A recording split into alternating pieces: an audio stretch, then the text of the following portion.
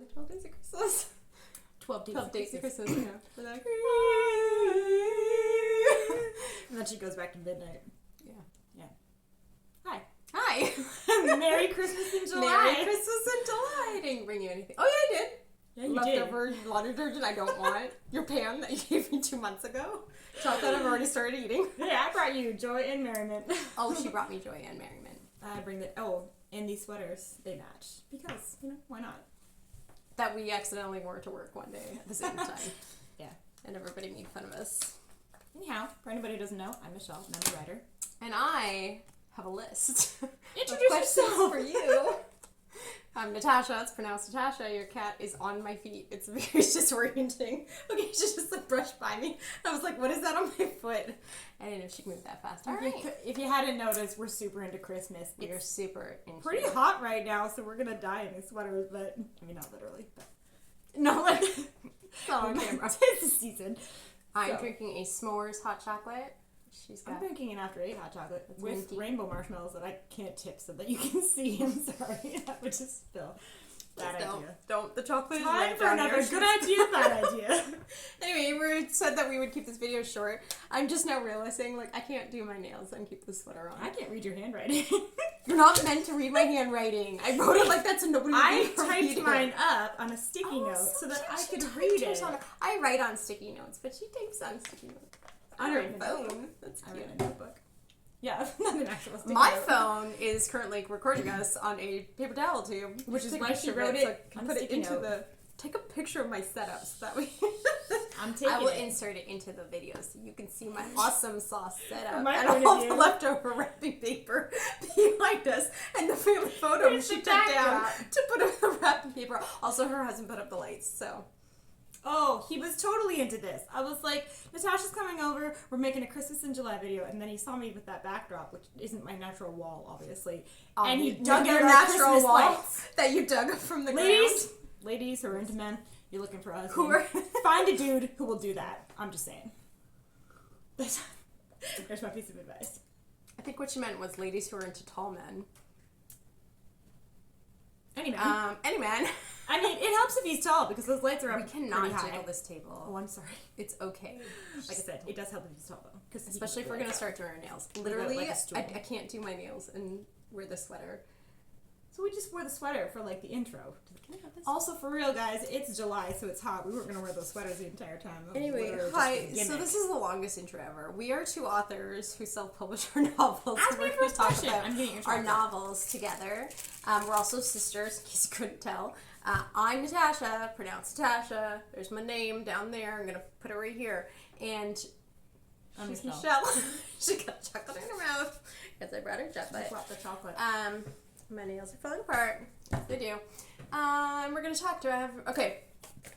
All right, go. My first question for you: are you or are you not writing an enemies to lovers, despite your dislike of the trope?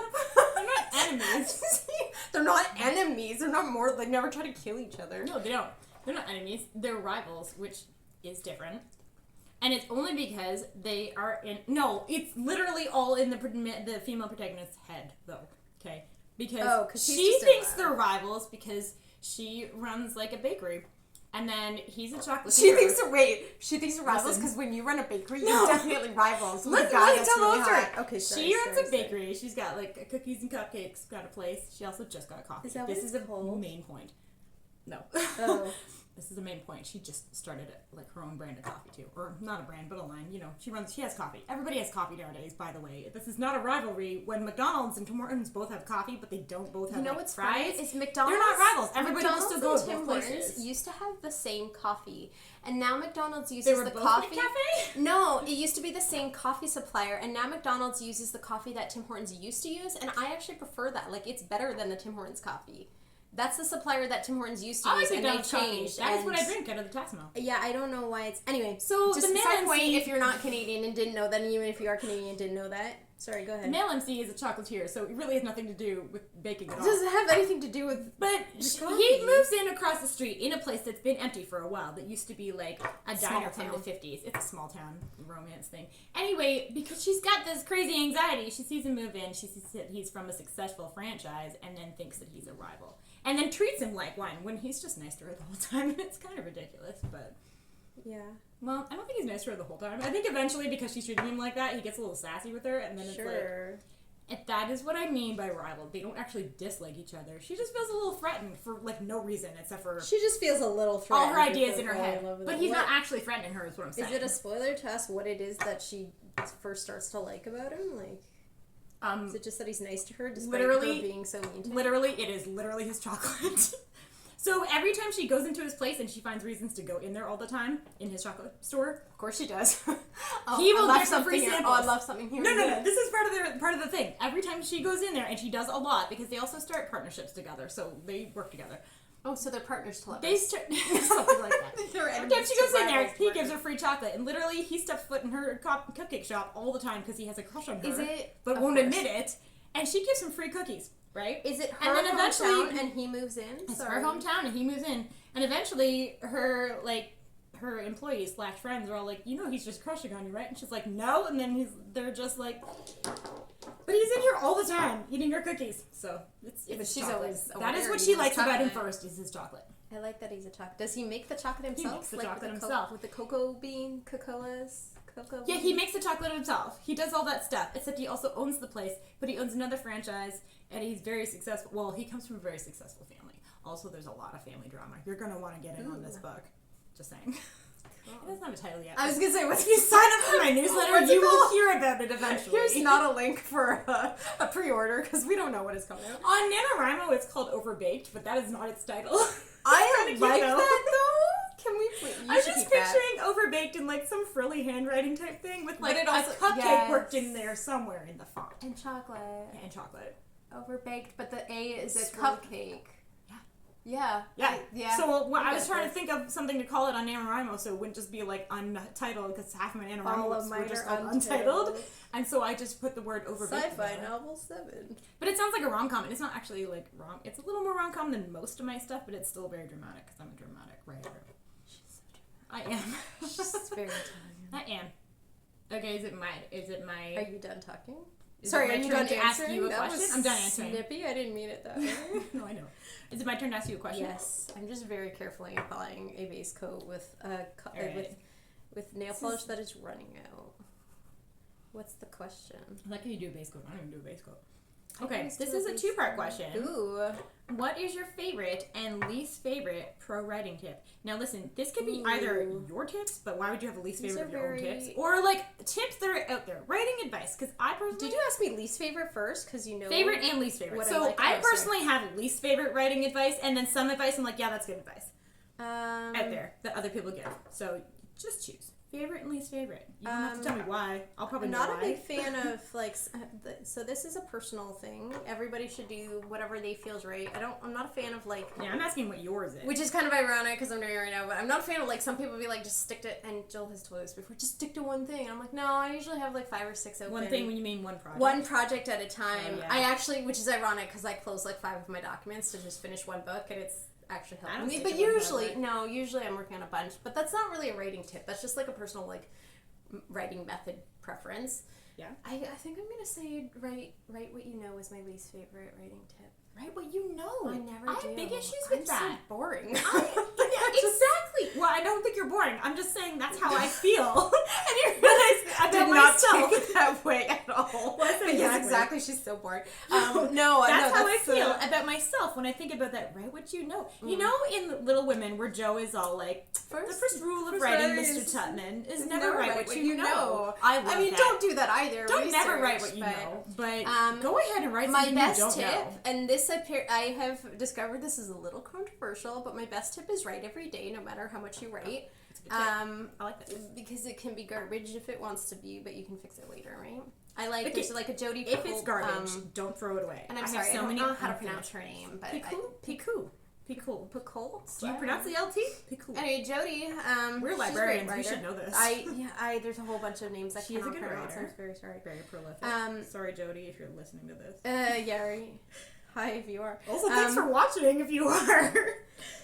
No, she's got a quote that's something like, you can't edit a blank page or something. Oh, yeah. And I like that. I'm a big fan. But some people say, like, well, don't burn yourself out. There are times when I take, like, little breaks because my brain gets overloaded. But, like, just being in the habit of writing in general is because some people have a really hard time sticking to things, right? But, like, even if you're just writing, like, nonsense or not working on your main whip or whatever, right?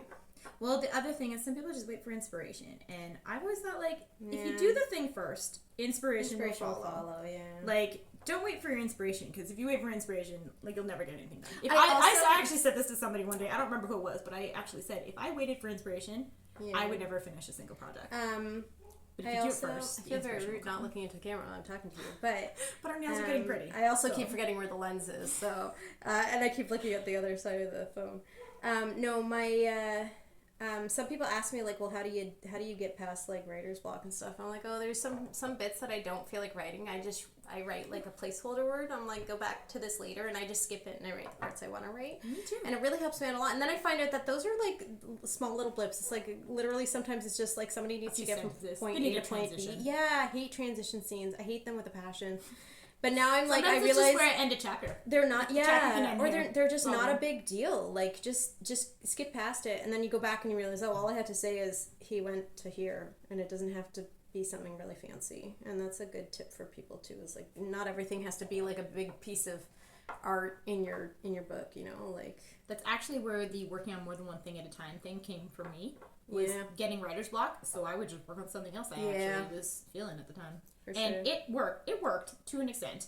And then the whole focus on one thing came into play, and I did that, and that's how I finished my first novel. So. Although, I feel like I'm like taking over your question. I'm sorry. No. But I legitimately, I did close a bunch of all my documents except for one because I'm really trying to finish it. And one thing. Well, it's working out really well for me. Not because my focus. Well, yes, my focus was all over, but it was like. I kept getting like stuck at like spots where I was like, no, I know what I'm doing, but like, anyway, I closed everything. I'm working on it, and I want to publish it later this year. But I'm sure it's gonna be amazing. It's another body swapper. Well, it's gonna be amazing. The body swappers are fun. I don't want to say too much about it. You know what my favorite thing about those knowing body that swappers? It's gonna be finished and like, what's your favorite thing? Bonus answer. My favorite thing about the body swappers is how awkward they are. Like they'll get you a point. Well, because it's about okay. So the first awkward.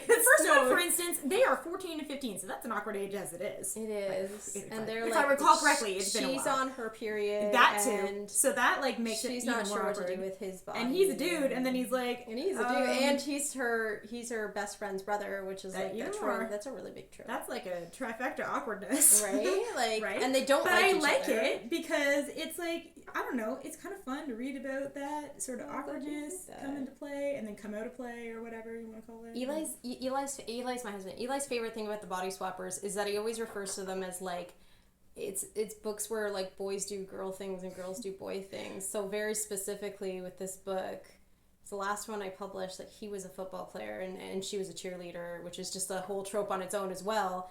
And it was very much like boy doing girl thing and girl doing boy thing.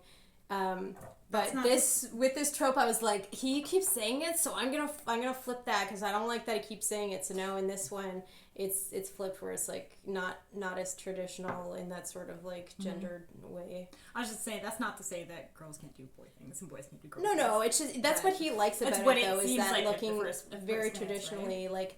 Well, there are some of the books where it's like one of the things that they don't like is that they have to now act like the other gender when really that's nobody's asking them to do that. But true, it is very much like it. Mm-hmm. Whose turn is it to ask the question? It's mine. Okay. Well, we keep answering questions. I feel like I was answering your question after I asked the question. You asked the question and you immediately said like the because my what is your favorite rating tip? I was agreeing with you. That whole write what you know. I hate it. I hate that one. Write what you know. I don't know if it's my least favorite, but like. I'd have to think about it. It's my least favorite.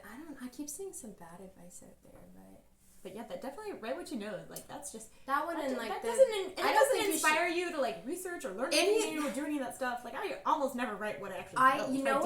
You know what a lot of people have been talking about lately is like the whole show don't tell, which is a good tip in general. But when you take it too far, like sometimes you just have to tell. This is where I get into those transitional things. You don't have to show somebody. Just say it. Like just say he went out to wherever he's going and now he's there. Great. Now we can move on with the story. It becomes a problem when it gets into the minute details of the story. The dude's getting in a car, for an example. Just say he got in the car. You don't need to show how he got in the car. Get in the car. Just say he's driving now. Yeah, like, you can exactly. There are details you can skip. You don't need a show because you need to give your readers credit for having a brain, right? Like people will get it. They'll put the pieces together.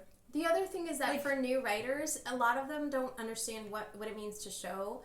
That's not to say some seasoned writers also do not know what it means. So I'm not picking on new writers. Some new writers are very talented, but like they just need practice. But they don't. When you say show don't tell, it's like it's this like all encompassing thing, and people tend to like really hyper focus on it. It's like just write the story and edit it later. And if you feel like there's a part where it's like it could like use a little bit more detail and be more showing, then you can edit that, but not everything has to be show. And I'm going to say it right now, I don't care if that's an unpopular opinion, not everything has to be a show. Some things should be I'm all telling. for unpopular opinions. Yeah, I got a few of them. I think I'm full of unpopular opinions sometimes.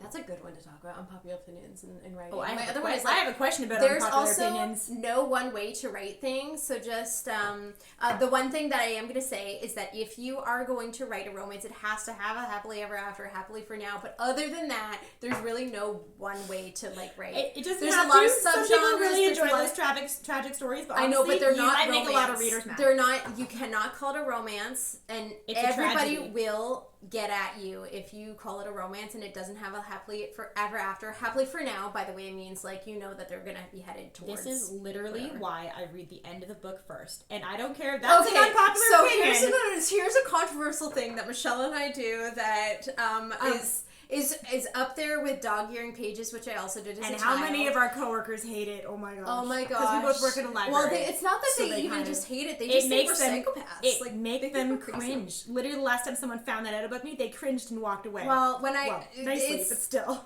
It's almost the same reaction I get as when I say I've never read Harry Potter. It's almost worse than that, actually, because they're like, what do you mean you read the? I'm like, so many like popular things I haven't read. Listen, sometimes when I know that there's two characters, because I read a lot of romance, like I know that they're gonna get together, but I don't know. Sometimes I want to know how. I want to know how it ends. If it ends, and when it's not a romance, sometimes I check the end of the book just to see what names are there. I know that's crazy. I know it's crazy. Also, look, here's the thing. I have only so much time on my hand. Okay, an entire novel is a commitment. I will do if I don't like the ending, I'm going to be like, no, I'm sorry. I wish I could do it. Okay, so here's the thing though, indie authors. If I bought your book online, then I'm trusting you that your ending is good. So feel proud. Feel proud that I bought your book online without knowing the end of the book. Sometimes I'll be like critiquing or reading for my friends, and I'm like, and I get too anxious is the thing, and then I'll be like, can I have the ending before I get to the ending? And they're like, no. Sometimes they haven't even written it yet, and they're like, no, you're crazy, stop that. Sometimes I just boldly ask them, like, hey, please tell me there's an ATA. Or my one friend, my one friend always tells me, I'm like, I need the spoilers, and he hates spoilers, and and so I'm okay with having them. He'll tell me his spoilers. And my daughter said that to me the other day. She was like, Mom, about reading the end. She's like, Mommy, then you spoil the entire book for you. And I was like, you're obviously not an end reader. And she doesn't finish books sometimes. Listen, so tell them about the stack of books with the she's the type. So like there's all those graphics you've probably seen where it's like the type of person you are based on like whether you use the bookmark or you dog-ear the page or what you use for a bookmark or if you use one. This is so much extra info. Literally, she's the one who leaves the book open. She leaves them open on the like page. And one day I saw a stack of them on the dresser, and they were all just 90% read. They were all 90% done. And I said to her, I was like, mine. And I said to her, I was like, are you going to finish those? And she was just like, Meanwhile, we're the horrified. We're like, we've read the last 90%. I read the last 90%. We didn't want to read the other. Meanwhile, she's horrified that I read the other. I should say the last 10%. I read the last 90%, but not the beginning. I just skipped the beginning first chapters. I knew what it meant. I knew what I meant too. Okay, I think we all knew what we meant. Wow, I think it's your turn. Was that my second question? No. I haven't even on to my second we just said a question. Wow, Way too long. short video tonight, guys. We're doing a short one. It's a good one this time. Oh, she's shushing me like a good librarian would. Shushing myself. Do you have any more Star Creek Christmas books planned? Is that the one we were just talking about with the baking and the rivals? That is not a Star Creek Christmas Okay, I wasn't sure. Do you have actually a one spring planned? story, believe it or not. I'm still trying to read Heartbeats Till Christmas. Do I have I'm a one really planned? bad person because I haven't finished it I don't yet. have one planned, but I had a character in mind. So you do. So this character was... If there's a character, she's got it planned. That's as much as I plan anyway. I'm not a planner. I'm really not a planner. I'm a plantster because I realized Is it that... plantster or plantser? Plants. I was a pantster, which is someone who doesn't plan at all, but I didn't finish NaNoWriMo for like 6 years. No, you and then I was like, you know what? You gotta plan at least a tiny bit. So now I'm a plantster, not a plotter. I don't have every single thing plotted out. No. Literally. I've tried that. And Insider info here. I don't name some of my characters until the book is pretty much done and I go to edit. I'm like, oh right, I didn't give this minor character a name yet. Unpopular. You know why? Because it makes me slow. If I go and look for a name for this character, it'll slow down my writing. I'm like, you know what? Put in a placeholder name. I do that a lot. Move on. Yeah. And then when I go to edit, I'm like, oh, I never named this character. Sometimes I don't name things until I'm literally making my interior. Yeah, No, here's and then another it's like, there's unpopular still this opinion thing I now. had to name. It doesn't matter whether you're a plotter or a plantster or a pantster if you get your novel done. Exactly. No way is better than the other way. This is what I mean when I say there's no one way to write that a little novel. piece of advice I had in there, I was just saying I couldn't get the 50,000 NaNoWriMo goal without the planning. I'm saying if you're gonna do NaNoWriMo, I think it pays off to do at least a tiny bit of planning or write really fast, whichever one works for you. Yeah. For me, it worked better to plan a little bit. That's all I'm saying. That was just an anecdote, not even advice. Yeah, so I have a character in mind. Oh yes, the question. This character was in the first one, Save a Life. She was one of Kayla's coworkers, who I really enjoyed this character in To Save a Life. And Heartbeats Till Christmas was actually like chronologically, prequel, yeah. It was before that, sort of like a prequel. So it was about 7 years before that. And then I put her in that one too, and she was a teenager at the time. Oh, so then I'm thinking she needs a story. I didn't even make the connection. So because it was so long ago that I read Kayla and Ben's story that I didn't make the connection. I didn't realize she's in that book. This is my thing. I would like to read more about her. Can you write another story about her? Okay, this is my thing about the character naming. Okay, I was just saying how I don't name characters sometimes until I'm done. I'm sorry. So that's my thing about the character naming. So like for minor characters, for some reason I tend to reuse them by accident. Like I don't even know. So the thing about Heartbeats Till Christmas was a whip that I had a long time ago before I wrote To Save a Life. A whip stands for work in progress. For those of you, who don't was literally 35,000 words into this story, and I just like ditched it. I was like, it's not going anywhere. I don't know what to do with it. What book? But it had. Was it To Save a Life? Oh, Heartbeats Till Christmas. But Heartbeats Till Christmas. It's about Calla and Justin. Calla, her name was different at the time in the whip, the unfinished whip. But like it had their story. So their story. She's like a writer journalist. He's a doctor. They get together. It's cool. It's really sweet and Christmassy. I had a spoiler alert. My proofreader, who's very kind to proofread my stuff, told me it was her favorite, which was really nice. So thanks for that, Jen. And she got a shout out too.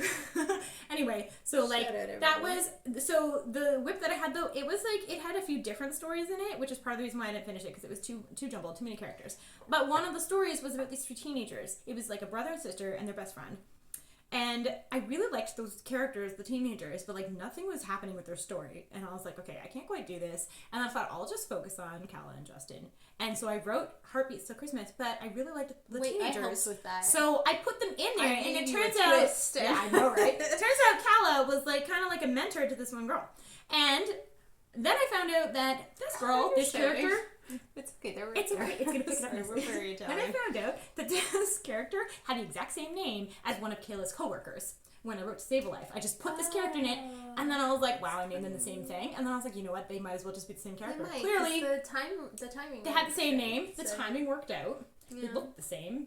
Because she didn't have a whole lot of descriptors. Like literally, she was blonde. Might as well, yeah. And I think she didn't have that many descripters because she was a side character, so she didn't have a whole lot. The question, and then I was like, you know what? I might as well just like have the next book be about her. She's been in both. That's really neat. Have we met the man yet?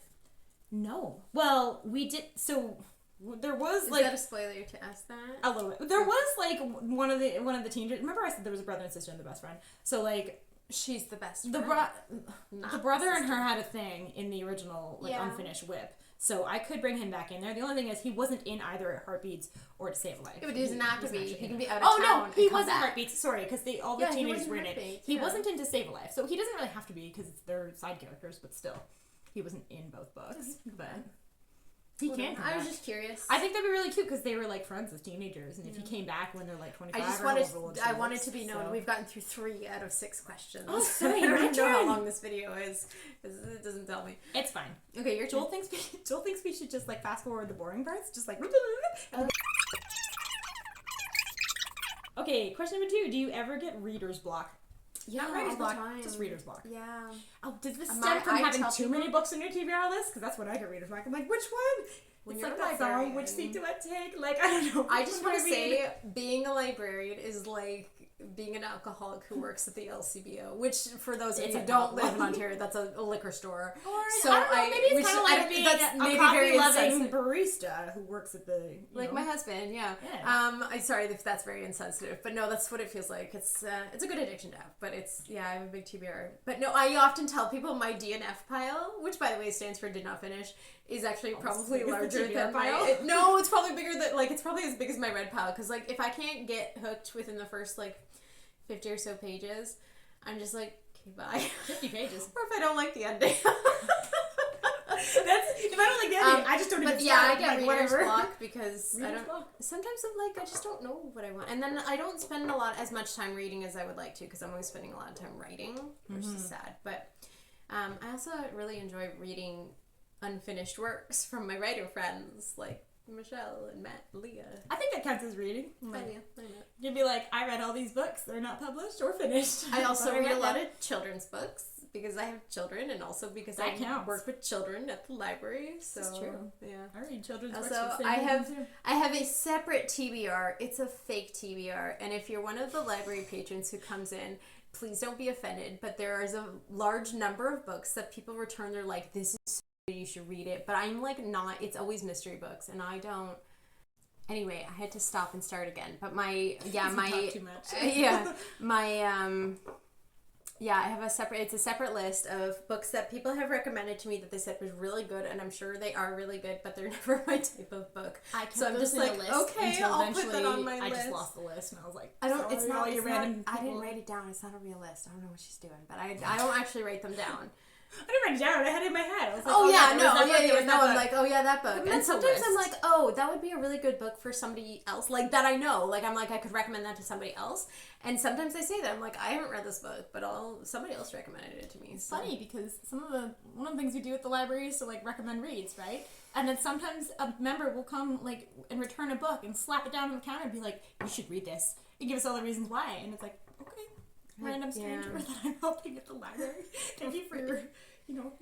I do love when they're like, you should read this. I do love those conversations. Because some people genuinely think that librarians sit and read all day, and it's like. Some people do, and it's very sweet, but also like. I don't always end up reading those, to be honest. But I do appreciate the conversations. I really like those kinds of conversations. Oh, yeah. I do ask people, like, what did you like about it? Especially when kids tell me, I'm like, why did you like this book so much? So they're like, oh, because it was fun. I love talking to the kids at the library. Somebody recommended a fantasy book to me that I thought your daughter would like, and then they were like, "Oh, but a gorilla's head gets caught off in it." And then the daughter corrected her. No, it's like the daughter was the same age as Ella, and then the daughter corrected her, and she's like, "It was an ape, Mom." And I was like, "Oh, much better." Type of ape, though. So much better. Okay. Anyway, so I was like, "Oh, I almost recommended it to you," and then I was like, I don't think she'd like that very much." Wait, speaking of my daughter, though, if you want to know how to sell a book, she's the piler. Okay, she's the reader in my family. If you want to know how to sell a book, she finished a book. She reads junior fantasy, like in the 9 to 12 age group kind of thing. She finished one of her books, and I asked her what it was about. Oh, the book is called The Girl Who Drank the Moon. I still don't know what it's about, but it was an interesting title. And she was like, The Girl Who Drank the Moon? And I was like, I don't even know what that means. What does that mean? And then I'm like, what is Spoiler alert. the book about? And then she said to me, and I quote, "It's really hard to explain, and you should just read it to find out." And I was like, you need to be my salesperson, right? I'm just gonna start telling people when I sell my books. So just be like, it's hard to explain. Go please read it for yourself. Okay. And then when she finished it, yes, I love them. Right? When she finished it, she came to me and she's like, "Here, Mommy, you can read it now." And I was like, "Okay." And it's not really my style of reading. It's for 10-year-olds for one thing, but whatever. I accepted it. And I was like, well, no, it's just not what my usual reading is. And I was like, oh, okay. And I took it from her, and then, but I said to her, I was like, but you do know, I have this whole pile of books, and it's a physical pile, like, it's pretty high. And she looked at this pile and literally said to me, you could put it on the top of the pile. Like, I don't have to go in sequence. Like, literally just put this book at the top. You can reorder your TBR. Did you guys know that? So this is how I ended Advice from a librarian. This is how I ended up starting. Reorder your TBR. This is how I ended up starting on these junior fantasy novels, is because she was such a good sale. It was such a good sales pitch. Do you have like a physical TBR I have a physical right now? TBR. How it's big is it? Like how tall? Because mine is like literally it's like the camera lens tall. Like it's that. Like it's. I have like 15 or something books on it. Half of them are yours. I'm sorry. I'm still reading Heartbeats of Christmas. Which is not even Christmas. But Christmas in July. I like it. I just I sit down and read it for a bit, and then the kids are like, "Mom, let's read The Bad Guys together," or Captain Underpants, or Dog Man. Hi, parents of. It's okay. Middle schoolers. I don't even have a middle school kid. Hi, parents of middle school. 9-year-olds. That was the phrase I was trying to think of. Middle school. It's middle school fantasy that I am apparently reading now because my daughter's like, "Mom, you have to read these." So I'm on my last question. You need a good sales pitch. There it is. My last question. I feel like I've asked you this a bit. When are we working on our co-authored series? Oh my gosh! So we have a few. We need a serious edit. We wrote that one when we were like 12. Yeah, but we have another one too about the small town people. Oh yeah. It's small town stories. People. They're not small people. It's a small town. Little town full of little people waking up to say bonjour. Bonjour. Bonjour. Bonjour. Bonjour. Okay, she's incredibly judgy. She's judgy. Have you heard all the things they say about her? They think she's there goes the baker with this tray like always. The same old bread and rolls with salt. What is it? Stale? Same old Bell. Yeah, maybe it is. With it, Bell. They think she's weird for reading. Excuse me. In the time, there's only she who's beautiful as me. Meanwhile, Gaston reads books sideways. Gaston. He reads books sideways. I'm sorry. We went to French immersion for how long for you to call him Gaston? Belle calls him Gaston. Who cares? Belle called him Gaston. Gaston. Gaston. And Belle. Anyway, sorry. Look there, he goes. It's a teacher And someone called Gaston cute. Like, he's maybe handsome. I don't or remember muscular, but cute. He's very muscular. Oh, what are we working on? I don't know. Do we have time? Maybe. No. If we didn't make these videos so long. Oh, yeah. We could do that during our... We get together and write. Those are quotation marks. That's quote. It's code for we get together and chit chat. Wait, what did Joel say? He said you're writing as in you got your laptops open and you're eating snacks. That's what we do. How do you guys write? There's no one way to write, Joel. Okay. There's no one method to it. We chit chat about our writing while we write. We don't really write a whole lot. I published 30 books. So that is amazing. You can go talk about how much writing I get done. I'm saying you don't get a lot of actual writing done when I'm No, we literally don't though. Popular, unpopular opinion. When people say the book was better, I have issues with this. You know what movie I really liked? What that was side based on a book? Okay. Tell me. People are just incredibly like.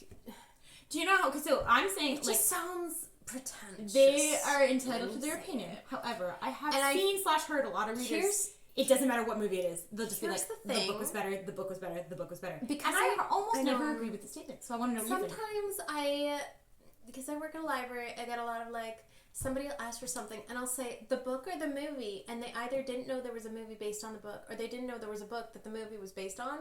That happens a lot, and I have to clarify because we happen to know, like, I feel like I always know when there's... obviously not the movie? Because I get but, like, a lot of times people don't even know when there are movies based on books, and there's this whole discourse over, like, does anybody have original idea for movies anymore? Because there's so many remakes and books based on movies, and I love books based on movies, by the way. I often like when they movies do them better when they've been based on books. I don't know how to answer the question. It feels a little pretentious, but, like, a lot of times, like, the book is only better because you were getting, like, you're diving into the characters, like, you're reading their thoughts sometimes and what's happening in their minds, and sometimes it's really hard to convey that, or some people didn't have quite the same vision. A lot of books that were based on movies where the author was actually involved, those are like way better. Like, find out if you're the type of person who preferred the book to the movie and you want to watch the book version, find out if the book or if the movie creators had the author involved. And I'll tell you why. Because some of my best, like, favorite book or movie adaptations had, like, the author involved. For example, Beastly was a really good book. The movie differed in a lot of ways. He was He was not It was Harry. a good movie, though. They changed the timeline. The movie was really good. This is one of my favorite, like, underrated movies that people, like, nobody talks about it. I thought the adaptation was great because they made those differences. And the author worked with them, and which means, like, she signed off and said, yeah, that's a really good change. Because and there were a lot of think changes. about it, like it works. It works for a book. It works for a book based on Beauty and the Beast, because in the book he was covered head to toe in fur, and that was just like that was the way it was. And you know, he'd go out looking like a homeless man because but when it was hot out, and they talked about this in the book. It was very awkward. Like, he wouldn't want to go out in the summertime because he can't cover up head to toe. So he liked the winter. And it's a really good book. But in the movie, they did this really cool thing with all the scars and stuff, and a lot of people didn't like it. And this is probably one of my most unpopular opinions about a book or a movie adaptation, but I really love that. And he wasn't ugly, but that's just because the actors are never ugly. But the adaptation was so good. And the thing is that the characters were true to the characters in the book. Mm. And that's what makes a big difference for me. But the other thing I like with that particular example is you're saying he wasn't really ugly with the scars and stuff.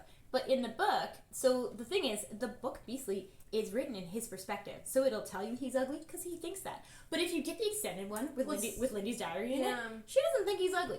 No. She looks at him and she thinks he's cat-like. Again. And who doesn't like cats? When he's I'm just saying. Covered in hair and fur, whatever it is. When he's covered in the fur and stuff, he thinks he's ugly. And she looks at him and she's like, he's not ugly, it's just a little odd. So in the movie, he's covered in scars. It's all these weird scars. Some of them look like he thinks he's ugly and she doesn't. But you can see that better in the movie because it's not a first-person narration. It's a really good movie. I like it a lot. I like it as an adaptation. Another adaptation I like was... I read this book. It's like a middle school book, but it was really cute. Mm-hmm. It's called Flipped, and it's got two. I've seen that. I didn't read the book, but I've seen the movie. The book I picked the book up once. Actually, I think it's a young adult novel, but it's definitely for young. It's very clean. It's definitely for younger. The characters in the movie were pretty young. They're like 13 or 14. Maybe? Yeah. Well, it spans over like a few years, but I think by the end of it, they're like 14.